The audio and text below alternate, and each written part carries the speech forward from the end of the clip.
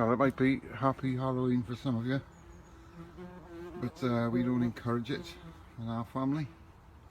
I know we did it as children, innocently then, having, you know, we were foolish kids then. We didn't know any difference. We were innocent children. We didn't know the difference, but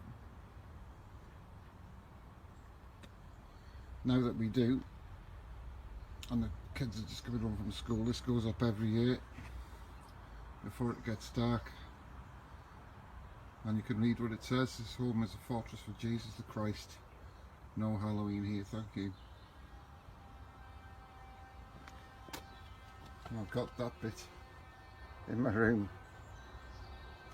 to look at every single night of the year, which reminds me where I want to go when I leave this world. And it's not to a place of lost souls. It's into the arms of my Lord Jesus Christ, my Lord and Saviour.